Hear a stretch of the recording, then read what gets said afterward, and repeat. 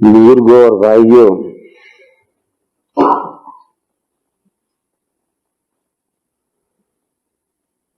ہمارے حضرت مولانا میمون صاحب نے ابھی مجھ ناچیز کا تعارف کراتے ہوئے دارالعلوم دیوبند کا تذکرہ فرمایا تھا۔ حقیقت میں ہم لوگ تو نتھنگ ہیں، ناچیز ہیں، وہ کوئی قابل تعارف چیز نہیں۔ اگر کوئی قابل تعارف چیز ہے تو دارالعلوم دیوبند ہے۔ اس کا تعارف جتنا بھی کرایا جائے وہ کم ہے۔ اس کے تعارف سے امت کو اور ملت کو فائدہ پہنچے گا۔ ملت کا ربط اور تعلق دارالعلوم دیوبند سے جڑے گا تو اس سے دینی فوائد حاصل ہوں گے۔ حضرت مولانا نے یہ ارشاد فرمایا تھا کہ ہندوستان پر جب انگریزوں کا تسلط مکمل ہو گیا اور مغل تاجداروں میں سے جو آخری شہنشاہ تھے بہادر شاہ ظفر، وہ گرفتار کر کے رنگون بھیج دیے گئے اور رنگون کے جیل خانے میں انہیں وہاں ڈال دیا گیا اور ان کی ساری اولاد کو دہلی میں قتل کر دیا گیا۔ خاندان کا کوئی فرد بچا نہیں، سب کو ختم کر دیا گیا اور یہ بڈھا بادشاہ اسے گرفتار کر کے رنگون بھیج دیا اور پورے ہندوستان پر انگریز کا تسلط اور قبضہ مکمل ہو گیا۔ انگریز ہندوستان میں اسی دن داخل نہیں ہوئے تھے۔ انگریز ہندوستان میں اس سے 200 سال پہلے ہندوستان میں پہنچے تھے۔ جس دن ان کا قبضہ مکمل ہوا ہے اس سے 200 سال پہلے سے انہوں نے ہندوستان میں اپنی ایکٹیویٹی شروع کر دی تھی اور مدراس کی جو کالونی انہوں نے حاصل کی تھی وہ عالمگیر رحمت اللہ علیہ کے باپ شاہ جہاں کے باپ جہانگیر سے حاصل کی تھی۔ عالمگیر رحمت اللہ علیہ جو ہے ان کا باپ ہے شاہ جہاں، ان کا باپ ہے جہانگیر اور جہانگیر کا باپ ہے اکبر بادشاہ۔ تو اکبر بادشاہ کا جو بیٹا جہانگیر ہے اس جہانگیر سے مدراس کی کالونی انہوں نے حاصل کی تھی اور اس شرط یہ تھی کہ یہ اتنا ایریا ہے تقریباً 25-30 کلومیٹر کا ایریا کہ اس ایریے کے اندر مغل حکومت کا کوئی عمل دخل نہیں ہوگا۔ ایسٹ انڈیا کمپنی کی حکومت ہوگی اور وہ جو چاہیں گے وہ اس میں کریں گے۔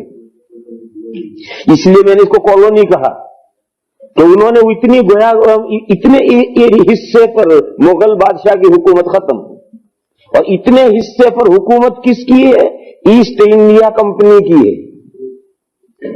ایسٹ انڈیا کمپنی یورپ میں اور یورپ اور انڈیا کے درمیان میں کب سے تجارت اور بزنس کرتی تھی، اس کی لمبی اس کے معلوم نہیں کب سے کرتی تھی، لیکن یہ جو پہلا معاہدہ ہوا ہے اور جس میں یہ مدراس کا یہ اتنا ایریا حاصل کیا ہے، یہ ایریا حاصل کیا ہے جہانگیر کے زمانے میں۔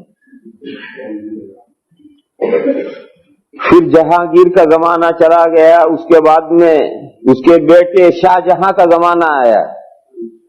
تو شاہ جہاں کے زمانے میں کلکتہ کا جو فورٹ ولیم بنایا تھا انگریزوں نے، اس فورٹ ولیم کی جو ساری جگہ حاصل کی تھی وہ شاہ جہاں کے زمانے میں حاصل کی تھی اور وہ فورٹ ولیم یہ بھی ایک طرح کی ان کی کالونی تھی اور وہ بہت بڑا ایریا تھا۔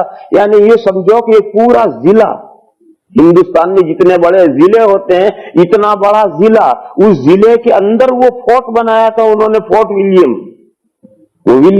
وہ شخص تھے اور انہوں نے وہاں قلعہ بنایا تھا اور ایک ضلع کی جتنی مسافت ہوتی ہے اتنی زمین اس کو الاٹ کر دی تھی، ایسٹ انڈیا کمپنی کو الاٹ کر دی تھی اور خطرہ یہ ہو چلا تھا کہ شاید یہ بہت جلد یہ مغل حکومت اس ایسٹ انڈیا کمپنی کے ہاتھوں بک جائے گی.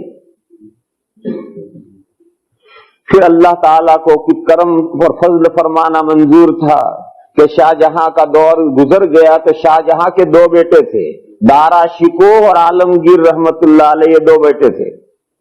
دارا شکوہ باپ کے خیال کا تھا اور عالمگیر رحمت اللہ علیہ وہ اسلامی خیال کے تھے، جن کو آج کی اصطلاح میں کہتے ہیں فنڈامنٹل. تو عالمگیر رحمت اللہ علیہ اسلامی خیالات کے تھے، فنڈامنٹل تھے، اور وہ جو دارا شکوہ تھا وہ باپ کے خیال کا تھا. جب شاہ جہاں بوڑھا ہو گیا تو اس نے ایک ایسے موقع پر کہ عالمگیر رحمت اللہ علیہ حیدرآباد میں ایک مہم پر گئے ہوئے تھے.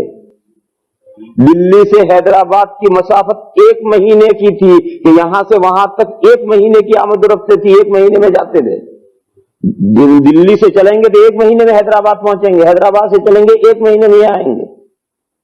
تو عالمگیر رحمت اللہ علیہ وہاں حیدرآباد میں ایک مہم پر تھے اور یہاں باپ نے چپکے سے دارا شکوہ کو حکومت سونپ دی اور اپنے آپ کو بے تعلق کر دیے.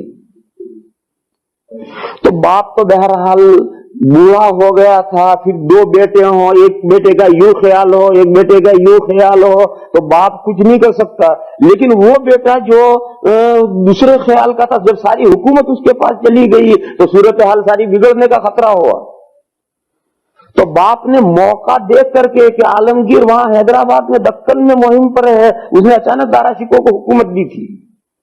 عالمگیر رحمت اللہ علیہ کو وہاں سے معلوم ہوا اور وہ اتنا تیزی کے ساتھ لشکر لے کے چلے کہ حیدرآباد سے 10 دن کے اندر دلی پہنچے. یہ 1 مہینے کی مسافت ہے، رات دن سوئے ہی نہیں، چلتے ہی رہے 10 دن کے اندر دلی پہنچے. اور اپنے بھائی کے ساتھ آ کر انہوں نے جنگ کی اور بھائی کو ہرایا، مارا گیا اور وہ حکومت پر قبضہ کر لیا انہوں نے. اور پھر انہوں نے ہندوستان پر 50 سال سے زیادہ حکومت کی. یہ جو 50 سال کی حکومت عالمگیر رحمت اللہ علیہ نے کی، اس نے انگریزوں کے جو ناپاک عزائم تھے ان کو 200 سال پیچھے دھکیل دیا. ہندوستان کی غلامی 200 سال پیچھے چلی گئی. خیر، عالمگیر رحمت اللہ علیہ کا بھی ایک وقت آیا کہ ان کا زمانہ بھی پورا ہو گیا. پھر ان کے بعد ان کے بیٹے آنے شروع ہوئے، اولاد در اولاد، اور 100 سال کے اندر 13 بادشاہ ہیں. عالمگیر رحمت اللہ علیہ نے اکیلوں نے 50 سال سے زیادہ حکومت کی ہے اور یہ 100 سال کے اندر 13 بادشاہ ہیں. کوئی 2-4 کو 5 سال کو 7 سال کو 2 سال کو 1.5 سال، اسی طرح فٹافٹ بادشاہتیں بدلتی تھی. کیوں؟ وہ انگریزوں کی ریشہ دوانیاں دربار تک پہنچ گئی تھی. عالمگیر رحمت اللہ علیہ کے بعد میں شاہ عالم ثانی کے زمانے میں مغل گورنمنٹ اور ایسٹ انڈیا کمپنی کے درمیان میں ایک پیکٹ ہوا، معاہدہ ہوا. معاہدہ کیا ہوا؟ زمین خدا کی، الارض للہ، زمین خدا کی، ملک بادشاہ سلامت کا، اور آرڈر کمپنی بہادر کا. یہ شاہ عالم ثانی کے زمانے میں پیکٹ ہوا ہے کہ پورے ہندوستان سے اب 5 ملک بن گئے ہیں. اس ہندوستان کے آج 5 ملک بن گئے ہیں: پاکستان، انڈیا، بنگلہ دیش، نیپال، برما اور تبت. یہ اتنے سارے ٹکڑے ہو کر کے الگ الگ ہوئے ہیں. یہ سارا ایک ہندوستان تھا. اس پورے ہندوستان کی زمین کس کی؟ زمین اللہ کی. اور گورنمنٹ کس کی؟ گورنمنٹ بادشاہ سلامت کی، یعنی مغل بادشاہوں کی. اور اس پورے ہندوستان میں آرڈر کس کا چلے گا؟ آرڈر چلے گا کمپنی بہادر کا. یہ جب پیکٹ ہوا دلی کے لال قلعے میں بیٹھ کر، یہ وہ دور تھا جب ہندوستان کے جو بہت بڑے عالم ہیں حضرت شاہ ولی اللہ صاحب محدث دہلوی رحمت اللہ علیہ، ان کا زمانہ گزر چکا تھا. اور ان کے بعد ان کے لڑکے شاہ عبد العزیز رحمت اللہ علیہ کا زمانہ تھا. شاہ عبد العزیز رحمت اللہ علیہ کے زمانے میں یہ پیکٹ ہوا کمپنی کے ساتھ اور مغل بادشاہوں کے ساتھ، دلی کے لال قلعے میں بیٹھ کر کے یہ معاہدہ ہوا. جب یہ معاہدہ ہوا تو سب سے پہلے شاہ عبد العزیز رحمت اللہ علیہ نے یہ فتویٰ دیا کہ ہندوستان دارالحرب ہے. ہندوستان کے دارالحرب ہونے کا فتویٰ سب سے پہلے حضرت شاہ عبد العزیز صاحب رحمت اللہ علیہ نے دیا ہے، جبکہ پورے ہندوستان پر مغل حکومت قائم تھی. مگر اس حکومت کا کیا فائدہ؟ وہ مغل حکومت صرف لال قلعے کے اندر تھی. لال قلعے میں ان کا آرڈر چلے گا، لال قلعے سے باہر سڑک پر مغل بادشاہ کا آرڈر نہیں چلے گا. سڑک پر کمپنی ایسٹ انڈیا کمپنی کے احکام نافذ ہوں گے. تو اب وہ نام کی حکومت کس کام کی؟ تو چاہے وہ ہندوستان میں مغل بادشاہوں کی حکومت تھی، مگر آرڈر سارا کا سارا چل رہا تھا انگریزوں کا. تو حضرت شاہ عبد العزیز صاحب رحمت اللہ علیہ نے سب سے پہلے فتویٰ دیا کہ ہندوستان دارالحرب ہے. حضرت کا یہ فتویٰ چھپا ہوا آج بھی موجود ہے. حضرت شاہ عبد العزیز صاحب رحمت اللہ علیہ کے جو فتوے ہیں وہ فارسی زبان میں ہیں، کیونکہ اس زمانے میں ہندوستان کی جو سرکاری اور پبلک لینگویج جو تھی وہ فارسی تھی. یا تو سنسکرت بولی جاتی تھی یا فارسی بولی جاتی تھی. ابھی ہندی اور اردو وجود میں نہیں آئے تھے. تو حضرت کے فتاوی فارسی میں ہیں، اور حضرت شاہ عبد العزیز صاحب کے فتاوی کے جو مجموعہ چھپا ہے اس کا نام ہے فتاوی عزیزی، اور یہ 2 والیوم میں چھپا ہوا ہے، 2 جلدوں میں یہ فتاوی چھپے ہوئے ہیں. تو یہ جو فتاوی عزیزی چھپا ہوا ہے اس میں یہ فتویٰ آج بھی موجود ہے کہ ہندوستان دارالحرب ہے.